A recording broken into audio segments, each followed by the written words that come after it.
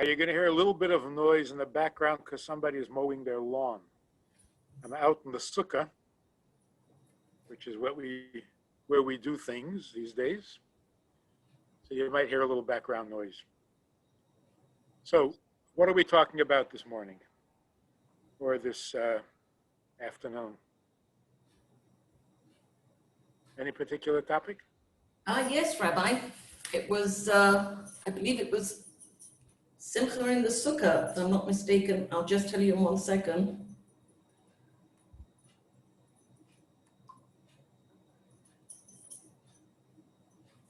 Secret of the Sukkah and its life's lessons.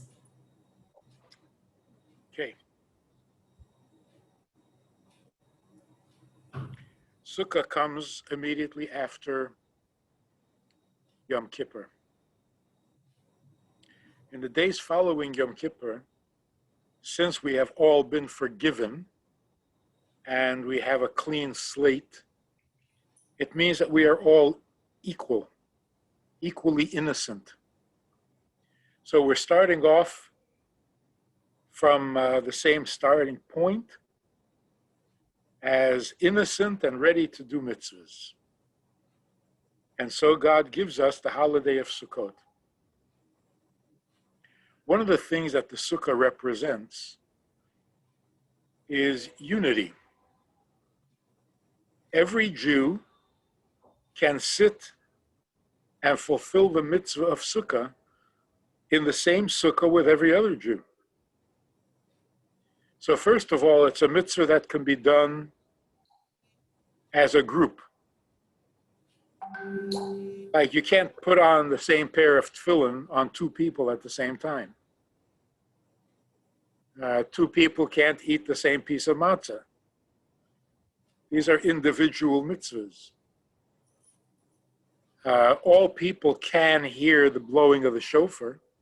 If you have one shofar loud enough, you can have the entire Jewish population of the world fulfill the mitzvah by hearing the same sound of the shofar at the same time.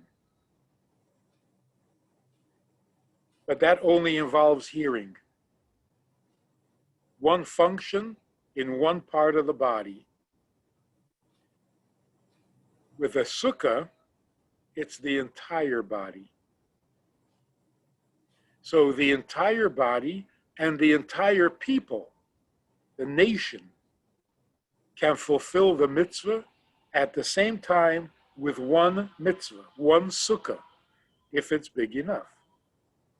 And the reason for these two things, that the entire body can do the mitzvah and that we can do it all together, is because of our clean slate, the innocence with which we come to the mitzvah, so that every part of the body is worthy of doing a mitzvah, and the entire Jewish people are equally innocent and can fulfill the mitzvah together.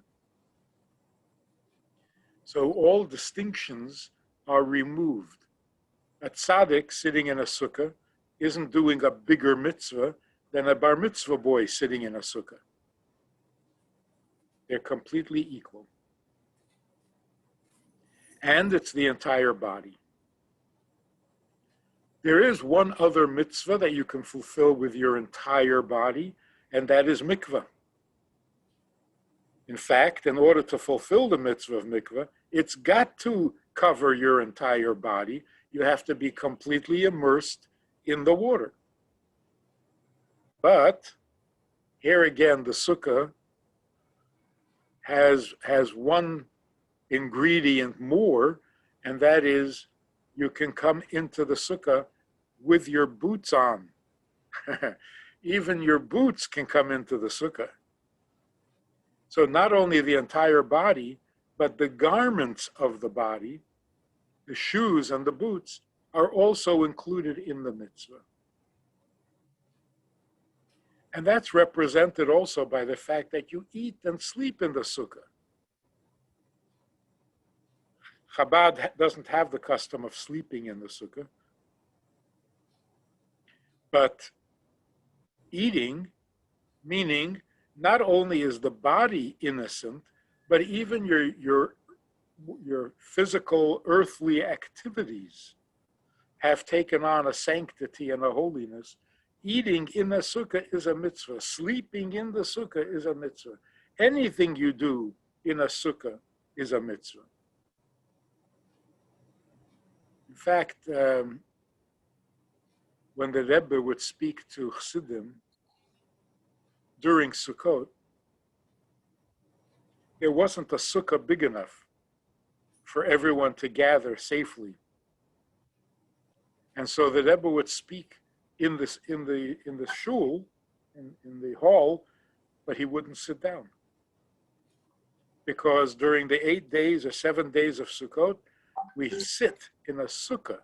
The Rebbe wouldn't sit outside the sukkah. So not only the body, not only the people or the nation, but even the activities, the externals, the garments, the boots, the eating has become holy. Now, what that represents on a deeper level is that the sukkah is actually a divine embrace. God gives us a mitzvah that embraces us, envelops us in his holiness. One of the reasons we don't sleep in a sukkah is because it's too holy to allow you a good night's rest. How can you sleep in such a holy place? The holiness of it is God enveloping us with in his arms, in his presence. And again, as a result of the innocence that we have attained on Yom Kippur. But here is a much deeper insight into both Yom Kippur and Sukkot. The mitzvah of Sukkah is to rejoice. The days of Sukkot are known as Zman Simchasenu. It is the anniversary of all joy for the year. It's like the Rosh Hashanah of joy. Everything has its origin. The origin of joy comes from this holiday. And it lasts for a year. Next year we'll have Sukkot again. In the same way, like forgiveness, the anniversary or the Rosh Hashanah for forgiveness is Yom Kippur. And it lasts for a year. Next Yom Kippur will have to be forgiven again. So the innocence that we have on Yom Kippur needs to last a year until next Yom Kippur. And the joy that we experience on Sukkot or Simchat Torah has to last the whole year until next year, Sukkot or Simchat Torah. Here's the question, a very practical question. How is it that the joy, the emotion, the mood of a human being can be so significant in God's eyes? I can understand if we're doing a mitzvah, it's a divine decree, it's a divine commandment to do a mitzvah. So even though it's a human being who's doing the mitzvah, but the mitzvah itself is divine. So I can understand how it could be significant to God when a Jew lights a Shabbos candle or gives challah or goes to the mikveh or eats in the sukkah, because it's a mitzvah to eat in the sukkah. But how is it that my mood, my feeling, my emotion, so human, so limited, how can that be significant to God? Same question about Yom Kippur. On Yom Kippur, I regret my sin. I ask for forgiveness. But how can a human emotion like regret, how could it possibly be significant to an infinite God? I mean, we know how shallow our feelings can be. We know how fickle they are. So let's say I'm sitting in the sukkah and I'm really trying to fulfill the mood of the holiday to be besimcha, to be happy. And I succeed and I am happy. And then I hear some news about something frivolous and petty, and all of a sudden my happiness is gone. Now I'm in a bad mood. And with my regret, yes, I feel regret. But how deep, how strong, how big is my regret? It's tiny. How could it possibly be significant to an infinite God? It's a very real question. So usually the answer is, you see, that's what makes it so exciting and so great. That God in his infinity can find your feeling precious. As frivolous as it is, as fickle as it is, as fragile as it is, as temporary as it is, it's meaningful to him because he is so infinite, he can find even something so tiny as a human feeling, he can find it significant.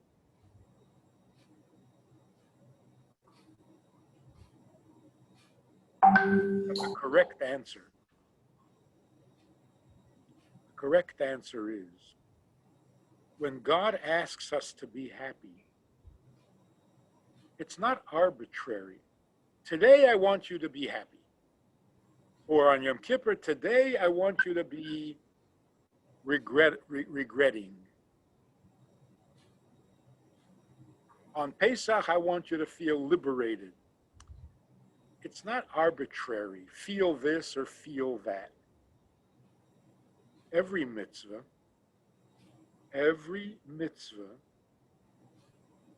is actually joining God in the performance of that mitzvah.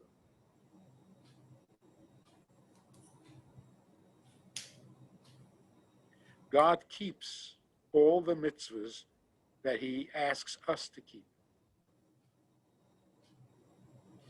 In fact, he does it first, and then he asks us to keep it with him, like the classical example of Shabbat. God created the world in 6 days, and he rests on the seventh. And so he asks us to rest with him.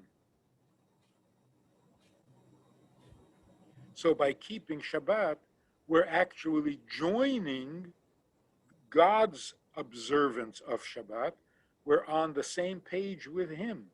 He is observing Shabbat and we observe it with him. It's like your grandfather is sitting at the Shabbos table singing a Shabbos song and you don't want to sit at the table. It's not just that you're not singing the song or observing Shabbat. You're not on the same page with your grandfather.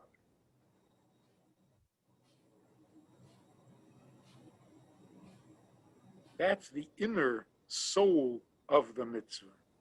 The inner soul of every mitzvah is, are you on the same page with God? Are you staying with him? When he rests, do you rest with him? During the 6 days when he's busy creating and perfecting the world, are you doing anything to perfect the world? We should always be in touch with God. Whatever God is doing, we should be participating. That's mitzvah, every mitzvah. So when God says today you should be happy. What he's telling us is that today he is happy. On Yom Kippur, and this is really important to know, God is regretting. God is doing tshuva. And that's why he says today would be a good day for you to do tshuva. Because when we do it together, it is really powerful. So now all of a sudden, my regretting my tshuva on Yom Kippur is not tiny. It's a little piece, but it's a little piece of a huge regret, which is infinite, God's regret.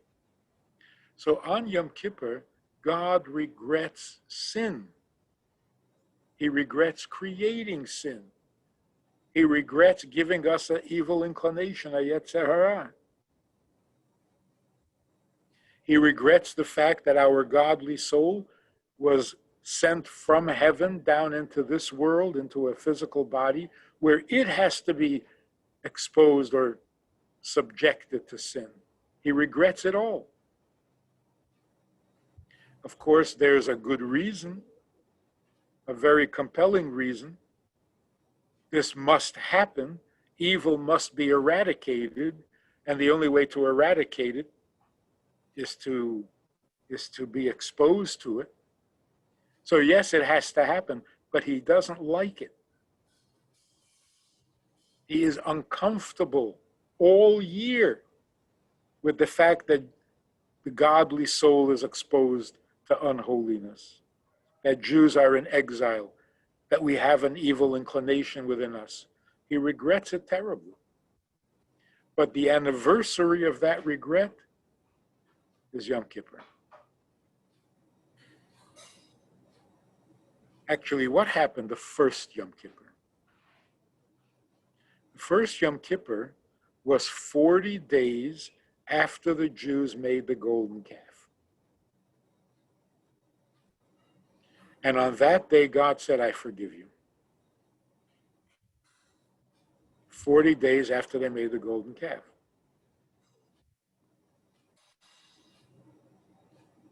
So God chose a day and said, I have to forgive them. Why? Because I did this to them.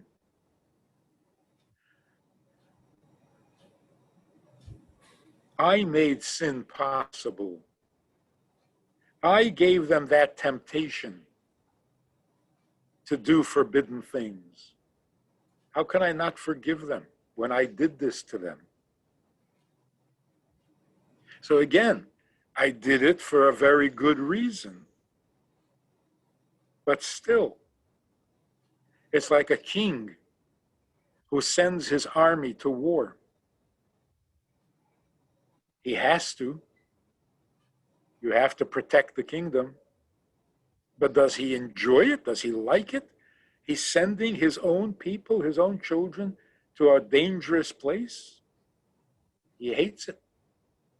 So when they come home, he is so thrilled. In the same way, when we come to Yom Kippur, after a whole year of being exposed to unholiness, and we ask for forgiveness, God is so thrilled that of course he forgives us, because he regrets the whole thing more than we do. So now imagine how your little bit of regret joined with his infinite regret, how powerful that is, and how powerful the effect of weakening all the evil in the world. Because every time you regret a sin, you weaken it. You take some of its power away. You bring out some of its godly potential. So, here's a good example. One of my sons is a singer. He's a Hasidic singer. and he does concerts. He was born in Minnesota, where I've been living for 50 years.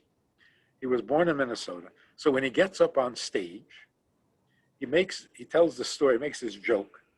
He says, you know, I'm not the only Jewish singer who comes from Minnesota.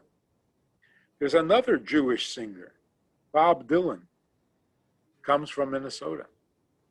He says, so there are two Jewish boys from Minnesota who are singers. And between the two of us, we have sold millions of albums. So the few albums that he has sold seem puny and insignificant, but together with Dylan's albums, oh, we have sold millions together. So when you join God's regret, or on Sukkot, when you join God's joy, that's a whole different story. So that really is the secret of the Sukkah. It's an embrace. God says, now that we've cleaned the slate, now that we've gotten past the regrets, and we're going to have a year of innocence, now I can hug you. Now everything you do is wonderful. Even your eating, even your sleeping. Now it's all within my presence.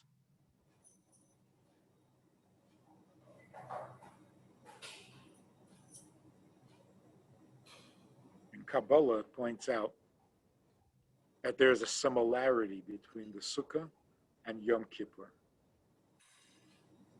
Yom Kippur was the only day of the year in which the Kohen Gadol would go into the Holy of Holies, into the Kodesh HaKadoshim. And what did he do there? Yes, he said a short prayer, a 2-minute prayer, but he also brought the pan, the frying pan, with the incense and the smoke and the aroma, the fragrance of the incense filled the entire Holy of Holies. It created a cloud, a fragrant cloud. The schach that we put on top of our sukkah is similar. A holy presence that covers us, like cloud cover. In other words, it surrounds us. So the similarity in the service of the two holidays. On Yom Kippur, we had the cloud that surrounded the Kohen Gadol. And on Sukkot, we have the schach, which is the essence of the Sukkah. The walls are not that holy, but the schach is. So the theme of it is the embrace. The Sukkah embraces us like the cloud of incense smoke that embraced the Kohen Gadol, who was representing the entire Jewish people, not only in his presence, but also in his prayer on behalf of the people. So again, there is that theme of the embrace, to be enveloped in holiness, to be enveloped in God's presence, to be enveloped in God's pleasure.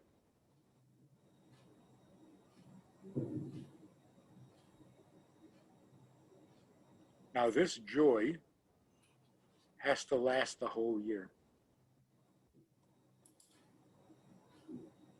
And the Arizal taught that being happy is in and of itself a mitzvah. Because the Torah says, Ivdu es Hashem b'simcha. You should serve God with joy. And the conventional understanding is that when you're serving God, meaning when you're doing a mitzvah, you should do it with joy, which is understandable and reasonable. If you're doing God a favor, don't do it with a sour disposition. You do someone a favor, you do it happily. That's reasonable. The Ari said, it's not when you're serving God, you should do it with joy. Ivdu es Hashem, if you want to serve God, besimcha, do it by being happy. You are serving God simply by being happy. How so? God created you. God included you in his vast eternal plan. You are a necessary part of God's purpose for creation. Why wouldn't you be happy? Or in very simple terms, you're a guest in God's house. Isn't that reason to be happy? And if you have a guest in your house and the guest is so happy to be your guest, wouldn't you invite him back again? Whereas if you have a guest in your house and they're miserable and sour, would you invite them back again? So being happy just to be part of God's people, just to be part of God's plan, that serves God. Meaning, that puts you on the same page with him because he is so happy to have you be part of his vast eternal plan. So by being happy, you're joining his happiness. And that's why if you're not happy, it is such an uncomfortable, like an instrument that is off tune in an orchestra.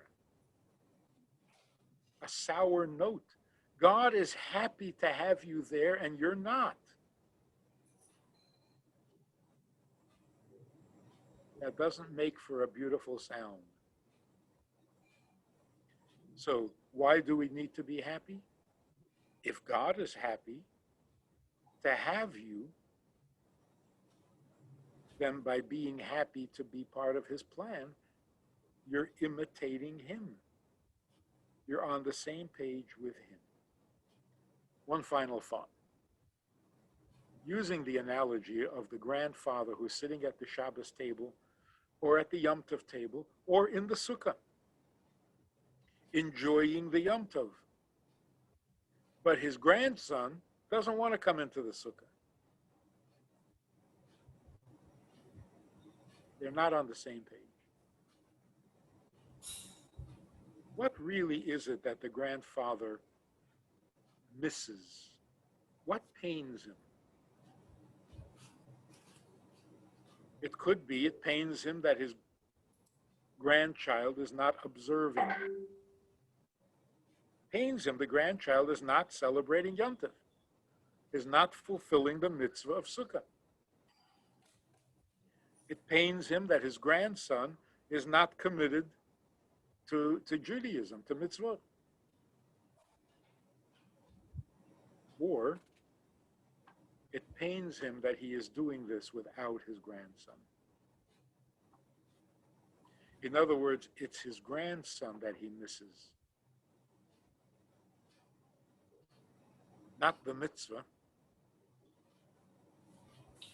Because the mitzvah is the grandson's obligation.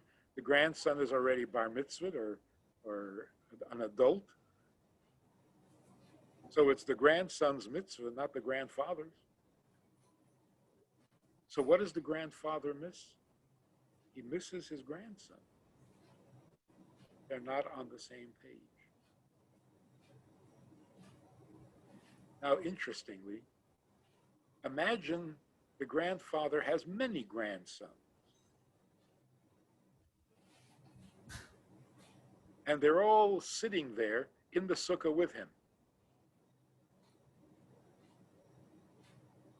only one isn't coming into the sukkah. Does he miss that one? He's got all the others. He misses that one. So it's not like if you don't do the mitzvah, then God forgets about you, because he has plenty of Jews doing mitzvahs for him. The one that doesn't do the mitzvah, that's the one he misses the most. That's the one he needs the most.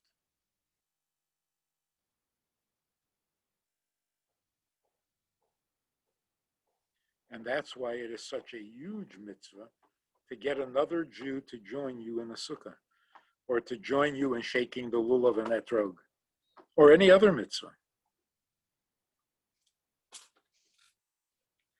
So the children, the grandchildren who are sitting at the grandfather's table, enjoying the Yom Tov, they should all feel terrible for the grandfather who is aching over the grandchild who doesn't come to the table. And we should do everything we can to get that grandchild to come to the table as well. Not only for the sake of the grandchild, but for the sake of the grandfather.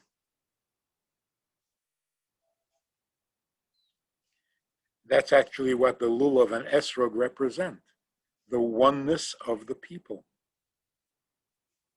That every kind of Jew, whether with a good taste or not, with a good fragrance or not, even the arava, even the willow that doesn't have a good taste and it doesn't have a good smell, needs to be part of the mitzvah. Otherwise, no one is doing the mitzvah correctly. Without the arava, the set is not complete.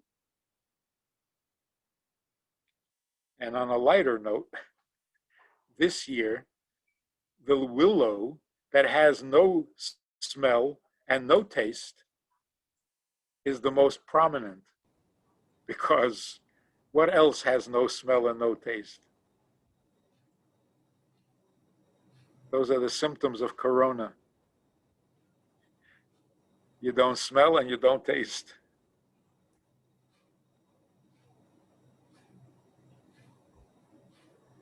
So let's include every Jew we can think of. Invite him to shake a lulav and esrog, because without that Jew, without the arava, without the willow, none of us are doing the mitzvah correctly. Let's invite him to be joyous, to enjoy being a Jew, to enjoy being part of God's plan, to enjoy being part of God's incredible people. Just for that alone, we should be happy every day of the year.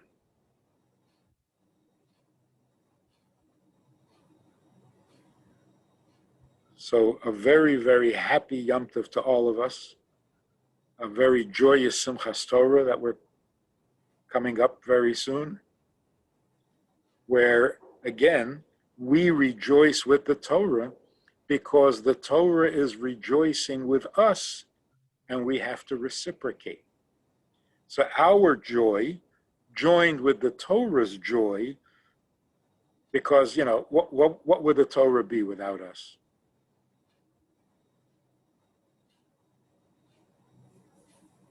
Of course, it's true. What would we be without the Torah? That's true. So the Torah gives us our significance. That makes sense that we rejoice with the Torah. Look what the Torah does for us.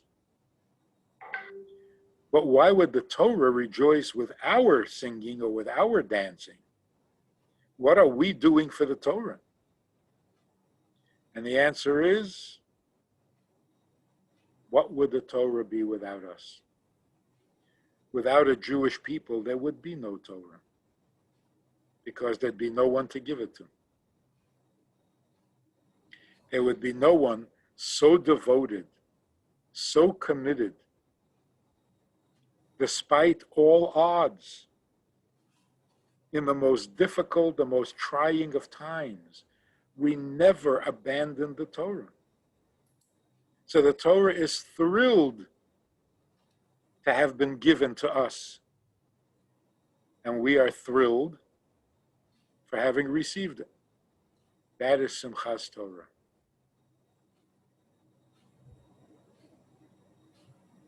I want to end with an incredible little medrash. It's really something to think about and to rejoice. We all know the story. Moshe goes up to the mountain to receive the Luchot, to receive the Ten Commandments. While he is there on the mountain talking to God himself, God said to him, "You need to go down because your people did a terrible thing. They made a graven image. They're worshiping a graven image."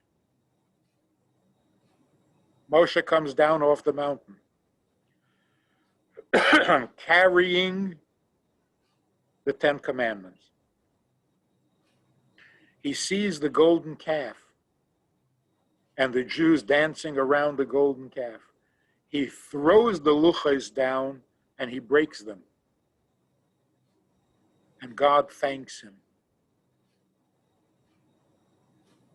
Because by breaking the tablets of the Ten Commandments, actually they weren't tablets. They were squares.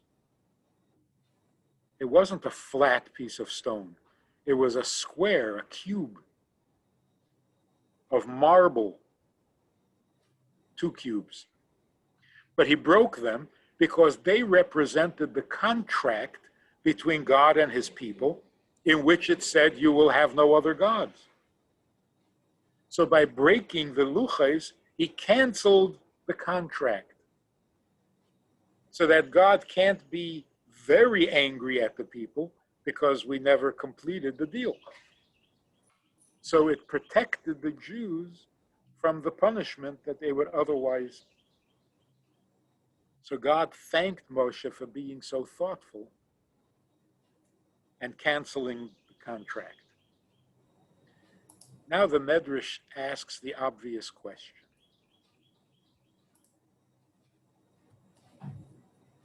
Why did Moshe bring the tablets down from heaven at all? He should have said to God, in that case, I'm not taking the tablets. It's the contract, but I'm not accepting it. Why bring it down to the people and then break it? Don't bring it down. Leave it in heaven. Listen to what the Medrash says. It's mind-boggling. And the Medrash says it so matter-of-factly, so innocently, so casually.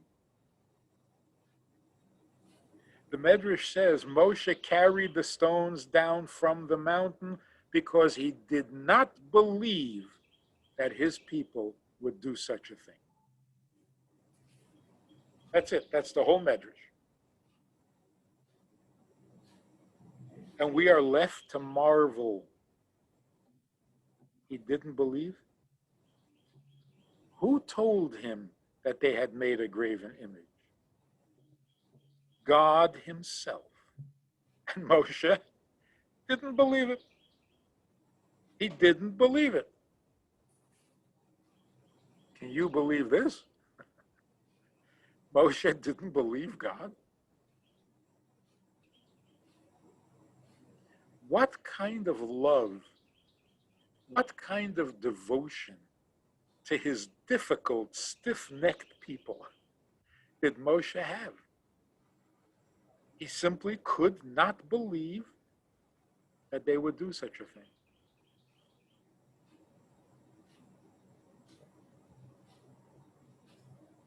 Even when God himself testifies that that's what they did. Now, there's a halachic explanation. The halachic explanation is a judge may not come to a conclusion on hearsay. You have to have witnesses. God said they did it, but God can't be a witness. A witness has to be human, halachically. So God said, but halachically, that's not the ruling. Until he saw it himself, then there was no more room for leniency, so he broke the tablets. That's the halachic dimension of it. On a higher level, you might say, he didn't question God, but he had an option. He could either understand what God said literally or in a more figurative sense. God said they made a graven image. And Moshe's immediate reaction was, you mean on some very subtle level they may have some doubts about you? That doesn't disqualify them from receiving the Ten Commandments. So, of course, he believed God. But he assumed that God is speaking on a heavenly level, on some heavenly, subtle place, someplace within their soul. Maybe they were harboring some doubts about God, which could be considered idolatry. But they didn't literally make a golden calf. So when he came down off the mountain and he saw the golden calf, he was shocked. Because until that moment, he did not believe it at all. It wasn't possible in his mind that Jews would do something like that. And that's what God thanked him for being the kind of devoted leader who loves his people beyond a shadow of a doubt. Because you could think, you know how difficult the people were to Moshe? How they tired him with their complaints and with their sins and with their doubts and with their... So you would think, if Moshe was just a regular guy, you would think that when God said they made a golden calf, Moshe's reaction would be, yep, I knew I couldn't trust them for 40 days without me. You would think Moshe would say, another mess up? These people are impossible. Not only didn't he have that reaction, despite everything they had done, it was just the beginning of the 40 years, but already they had complained about no water. They brought with them an idol. At least one of the Jews brought with him an idol from Egypt. Moshe's reaction was, no, not an idol. Maybe they still had some doubts. Yeah, that's possible. But not an actual idol? No. Not the children of Israel. Not the children of Avraham, Yitzchak, and Yaakov, Sarah, Rivka, Rachel, and Leah. No, they would not. That's the kind of leader we need. And that's the kind of love for our fellow Jew that we need. Even when we hear from God himself that the Jews deserve a punishment, we don't believe it. We don't believe it. That's what is expected of us. And not believe it. So particularly, the week after Yom Kippur, no Jew deserves any kind of punishment, God forbid. Every Jew has been forgiven. Every Jew is now busy with a mitzvah. Mitzvah of Sukkah, the mitzvah of Lulav, the mitzvah of rejoicing. So today, every Jew deserves the greatest reward that has ever been invented. Because we're still Jews. Every Jew is still a Jew and wants to be, and even thinks he's a good Jew. because he wants to be a good Jew. He just doesn't know what it takes. So let us celebrate this holiday of togetherness. To think of every Jew the way Moshe thought of Jews. He had the right attitude.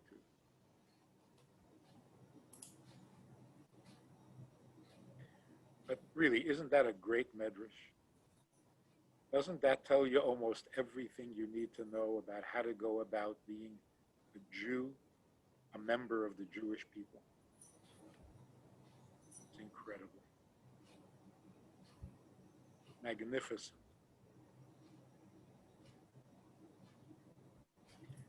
Do we have the capacity for questions? Okay, thank you, Rabbi. Ladies, you can unmute yourself if you have any questions for the Rabbi now. Thank you. I have a question. Rabbi, going along with the shiur that you gave about Adam and Chava, that Chava understood that they had to come into this physical world and correct and do. Could the golden calf have something like that also, that it had to be for them to do tshuva, to correct?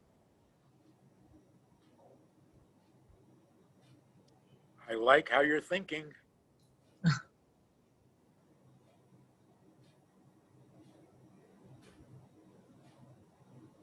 It is the other sin which we're still fixing. The sin of the eating from the tree, the Eitz Hadas, we're still fixing it. When it gets corrected, Mashiach will be here. The other sin that we're still paying dues, The golden calf. we're still paying off the mortgage, is the golden calf.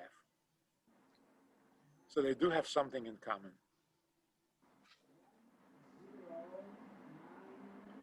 I think they're the two sides of unholiness. Eating from the tree of knowledge was barely unholy. It was a tree of knowledge.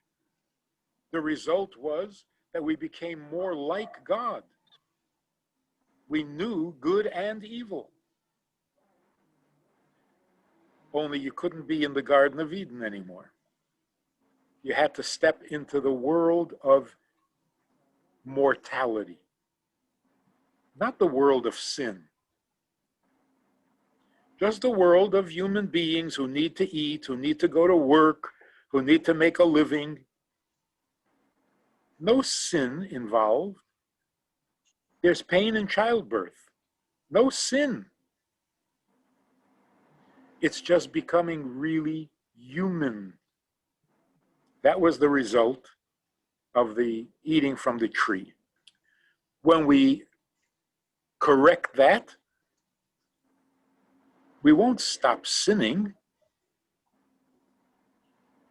We won't die anymore. We won't have pain anymore. We won't need to go to work anymore. Sounds nice. It sounds good, no? But when we made the golden calf, that's when we stepped into the world of sin. It's almost like any sin committed before the giving of the Torah wasn't really a sin because there had been no commandments. So although the act was wrong, all the early idolaters in the time of Noah, of course it was wrong and unholy, but the Torah hadn't been given. The contract hadn't been signed. And so the sin was not as grievous as after the Torah was given. So the first sin committed for real was the golden calf.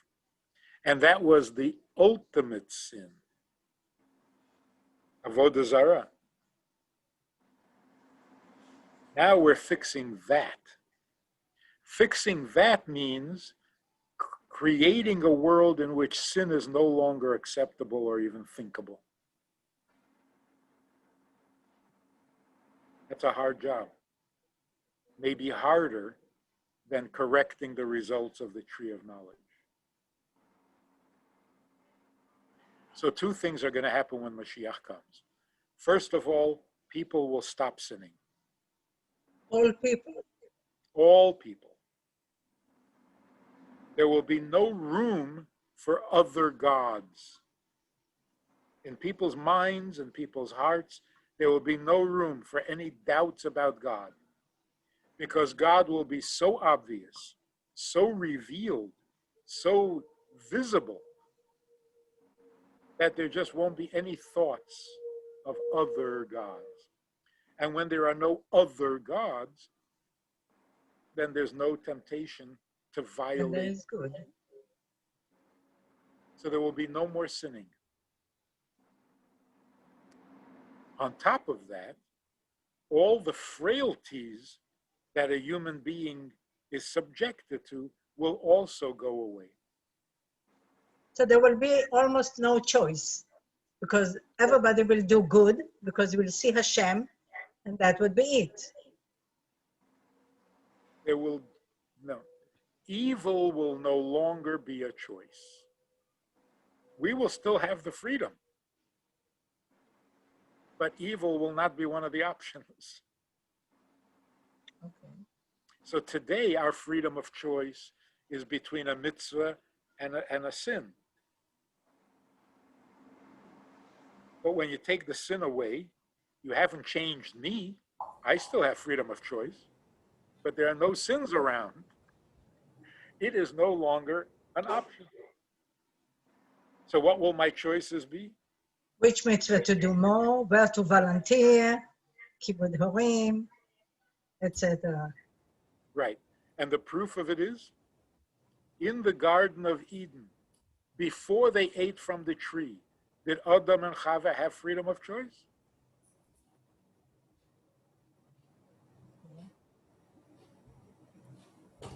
That will be beautiful. And we look forward to that. I have a question. Go ahead, Edie. It's always bothered me that when in the Torah it introduces being Messiah, being the other meaning, it starts with what? Why doesn't it say and? It's as if Sukkot is something other than anything else. But on Sukkot, I don't know, that word ach bothers me. Which word? Ah, but quote, on the 15th day you will do. Why not and? Why but? Like if Sukkot is something other, something different, maybe schizophrenic, I don't know. Why is there this otherness of it? But, is there any explanation of that? But can mean two things. It can mean however, right? Yeah. In other words, there are other options. However, you should be happy. The word but can also mean only.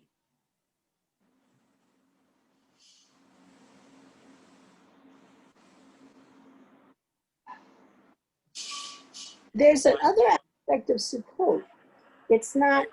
Like we have nothing to fear but fear alone. So, but would mean only. So, v'hiyisem ach sameach, you should be only happy. But I understand your question. Even if you say only, you're still implying that there is an option. There's something different, or it's not just a holiday of big sacrifices, it's another thing. Well, actually, the word ach is also a sound. Besides a word, it is also a sound. It's a groan. It's a krechts. When you're in pain, when you're disappointed, it is expressed in ach. a little Yiddish, not Hebrew, but but it's Must be familiar. Huh? About. What are we talking about? Right. What are you aching about? So the hidden message, the hidden message is that on this day you should be happy, even if there is cause for ach. In other words, even in Golus, even in difficult times, it's not denying, it's not living in denial. Yeah, make like you're happy and you don't notice all the pain. No, no, no, you notice the pain. You know there's an ach, but be happy anyway. Because even the ach is part of a plan. So you can actually increase your happiness because of the presence of the pain. So you think the word is there to represent pain? Yeah. Not So actually the greatness of our people is that we have been optimistic, we have trusted God, we have rejoiced in the Torah under the most painful conditions. You might even say the more painful, the more optimistic we became. oh, We used the pain to increase the joy. That's a deep level. Like nothing is Interesting. going to stop me from doing this mitzvah. And the harder you try to stop me, the harder I will do the mitzvah. Well, anybody else with any more questions? I just want to thank you for all the shiurim I listen to always. So I want to thank you. You're very Thank kind. you. You're very welcome. I hope you continue to enjoy them. We will, Bezrat Hashem. I'm sure we will, Rabbi. Thank you. Anybody else with any more questions? Hello. Yes, go ahead. I wanted to ask if the rabbi can make some comments about the current situation, the moral dilemma. We can't hear you. I wanted to ask. We can't hear you. What happened to your sound? I unmuted myself. Well, we hear you, Esther. We hear you. I wanted to ask if the rabbi can comment about the moral dilemmas facing our society today with the coronavirus. Okay, Rabbi, the moral dilemmas that our society is facing today with the coronavirus. The moral dilemma? Moral dilemmas.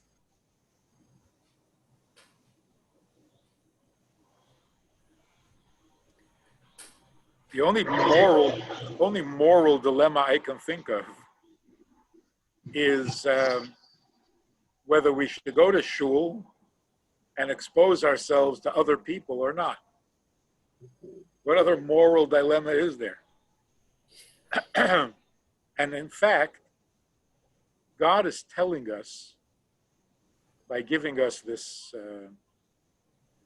condition, God is telling us, if you daven alone at home, it will be just as powerful and just as acceptable as if you were davening with a large crowd.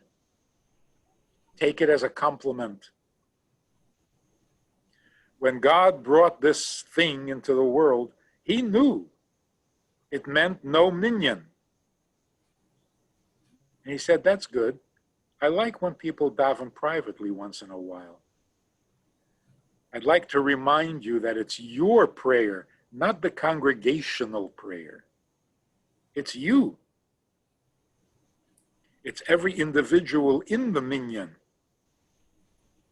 But, you know, we may have gotten this impression that prayer is effective only when there's a minyan.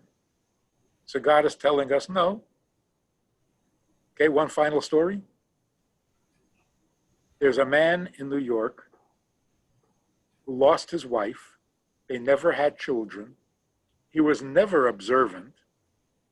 And now, because of the corona, He is alone in his apartment, literally alone, no family, no one. And Pesach came. He had no idea.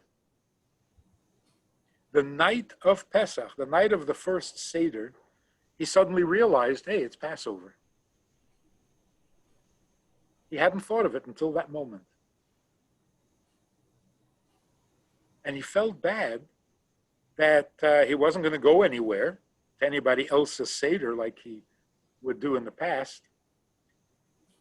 He doesn't know how to make a Seder. And he hadn't even bought any matzah. So he went into his pantry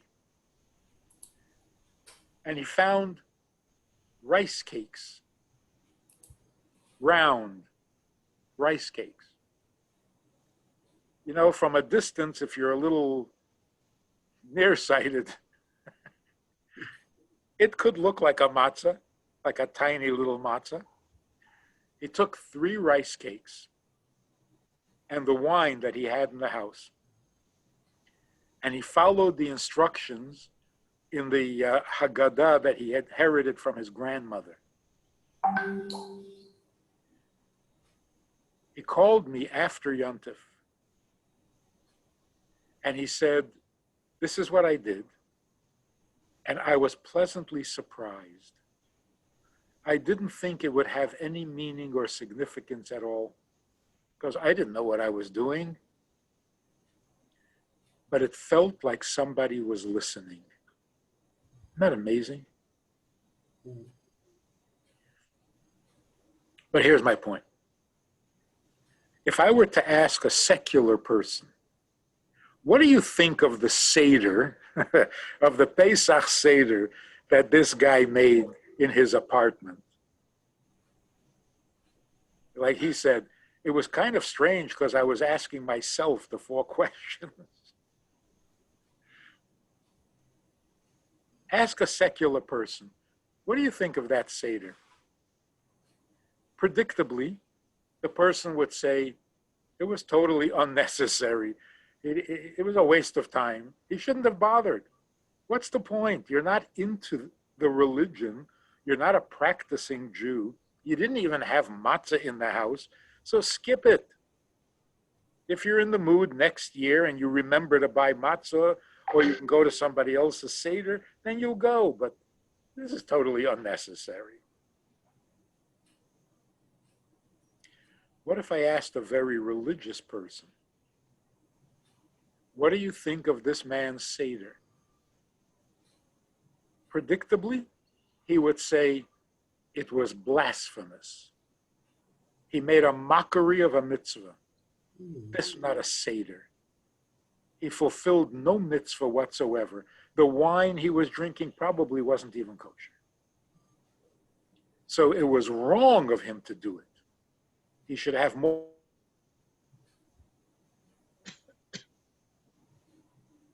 But what if I asked the Baal Shem Tov? If I asked the Baal Shem Tov, what do you think of this man's Seder with the 3 rice cakes? The Baal Shem Tov would probably say, of all the Seders in New York that night, this Seder brought God to tears. You think about it just for a minute. Why did he bother? Why did he bother? Was he trying to impress somebody? Nobody would know whether he did or didn't. Did he feel guilty? He's not observant. He's not religious. He wouldn't feel guilty. But something in his Jewish soul could not make peace with the fact that it was Passover, it was Seder night, and he wasn't doing anything.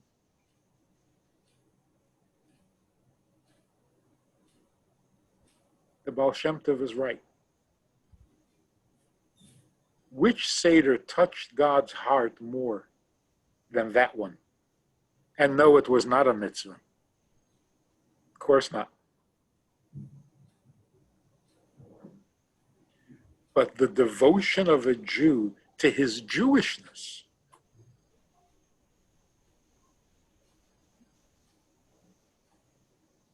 was more visible in this man's efforts than in the perfect execution of a perfect Seder, but without that feeling.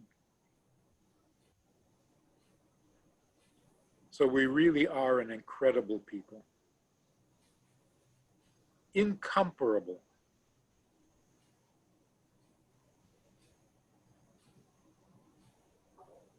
Maybe we shouldn't even be called a people. We are something else. We are a strange phenomenon. And we should celebrate it every day.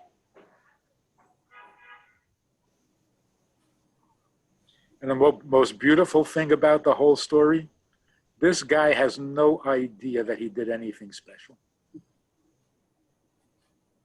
It's so innocent. It's so artless.